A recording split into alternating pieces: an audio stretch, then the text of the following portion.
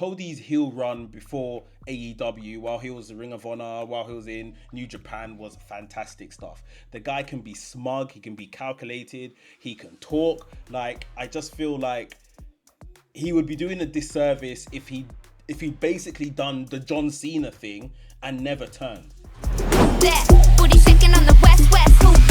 Outcome we all expected. It opened Night of Champions. Randy Orton versus Cody Rhodes for the King of the Ring. Randy Orton's second King of the Ring final in 2 years, and still no crown. Cody Rhodes left with the crown, but why does it seem like this crown is coming with like a villain's cape? Why does it seem it's not all what it looks like? Cody Rhodes and that, well, let's talk about the finish. Let's talk about the finish of the match. Obviously, Randy Orton looked like he wanted to go to the dark place. He tried to do the punt, but he even delayed with that because, you know, Cody is his younger. Cody is his brother. Cody, you know, is someone that he brought through, sort of thing. So he delayed, and eventually when he went for it, it was far too late. He unraveled the top turnbuckle, saying that, you know, I'm going to do anything to get this win. He made Cody very aware of that. So, you know, it's not a personal thing. This is just business. But it came back to bite him in the arse, or should I say the rib cage, because he got the top turnbuckle exposed and then ran into it with his rib cage, which then led to the crossroads and the finish. Now, top turnbuckle to the ribs, I don't know about that. So we'll just let that one slide, innit? But it felt like a bit of a weak finish for me. But then it was Cody capitalizing off that. It was Cody delivering this speech after winning King of the Ring, talking about, you know, I couldn't have done it without you, Randy, and everyone give Randy Orton a round of applause and stuff. And it did come across very condescending. Now, I think it was fine, and Randy Orton on the ramp sold it fine. Like, he was literally seething, like, I should run back into this ring and do something, but at the same time, that's my guy, sort of thing. But Cody Rhodes, right? This is at the end of a week where Cody Rhodes has talked about being at the tail end of his babyface run. Cody Rhodes is not an idiot. Cody Rhodes said in that particular interview that, you know, you can already hear the whispers. You can already hear the fans. I've lost some of them. I've lost some of them this year. He can acknowledge that sort of thing. Now, the fact that he acknowledged all of this and said in this interview that he's at the tail end of his babyface run, you could almost assume, okay, he's not turning anytime soon, which I think is fine, because these things shouldn't be like, turn, you know, just bring out a chair, hit someone over, I'm a heel now, haha. Like, I think it should be very, you know, methodical, and I've got my reasons as to why, or I'm just becoming more and more delusional, which I think would be an excellent path for Cody to go down if he is going to go to the heel side of things, you know. I think Cody Rhodes should turn heel, and it's one of those things where you have to be super self-aware. Like, being a babyface in 2025 is hard. It is hard work. So the minute you kind of capture that lightning in a bottle, you have to kind of use it as much as possible, you know, drain it, get the most out of it.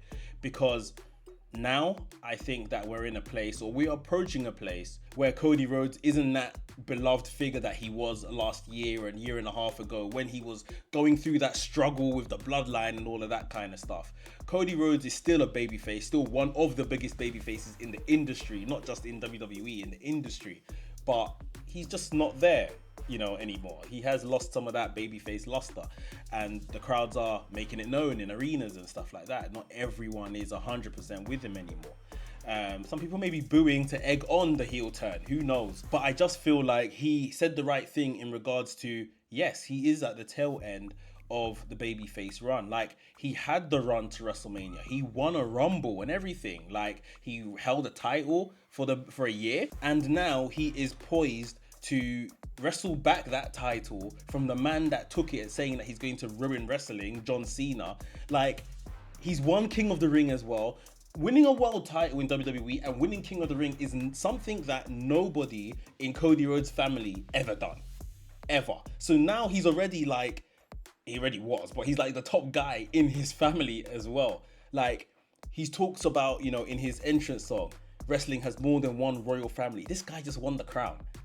This guy just won the crown. Like, so if he then wrestles back wrestling from John Cena, stops him from ruining wrestling, the delusion can begin. The whole I've rescued wrestling for all of you. I saved this business. I saved this industry. I've won this. I've won that.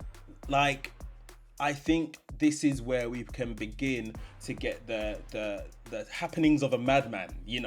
Like, I am too good for you. I am too good for all of this. I think that's the kind of heel that Cody Rhodes could be. I remember Seth Rollins just before the pandemic, I want to say. Seth Rollins and the Messiah character. When Seth Rollins was giving us those brazy performances on Monday Night Raw. Absolutely crazy performances. He won the IC title. I think he won the Universal title around that time as well. Seth Rollins got to a place where, if you remember, he called that town hall around the ring and was basically saying that no one is as good as him. He began to believe his own hype, and I think this should be the basis of Cody Rhodes' heel turn. I've won the Rumble. I beat Roman Reigns at WrestleMania, the guy that held the title for over 1,600 days. That was me. I held the title for a year. Yeah, I lost it to John Cena, but then I came back. I won King of the Ring.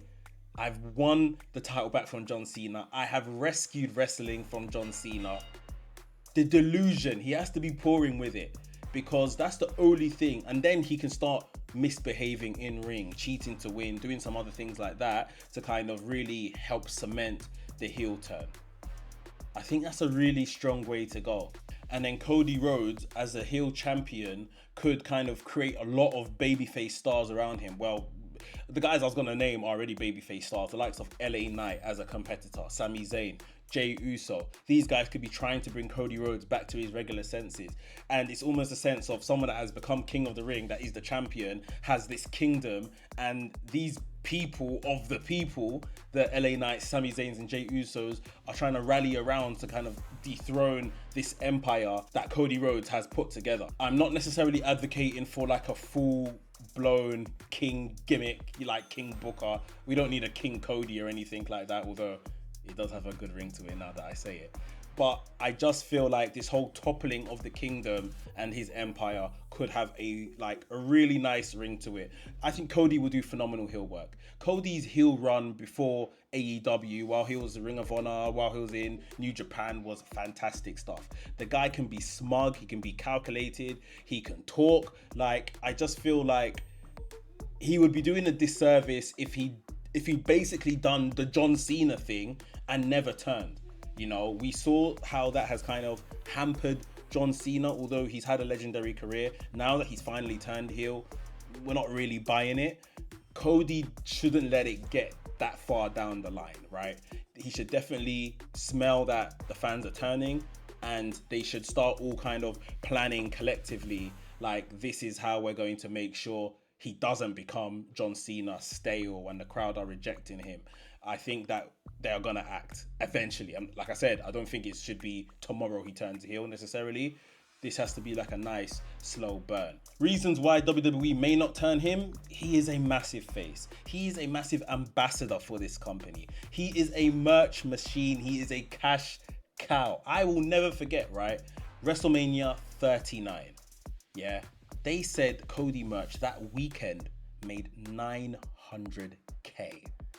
$900,000 Cody merch. So these are all reasons why, hey, Mex, they're not going to turn him. And listen, Mex has said before as well, they're not going to turn him for those exact reasons. But fan fatigue is a real thing. And better than everyone just shutting off from Cody Rhodes and not caring, sometimes you've got to be proactive and go with what's, the fan reaction is, sort of thing. And I think this is something that he can sink his teeth into and that he's ready to do. I deep down think that he's ready to do this as well. But you never know what the office want from him.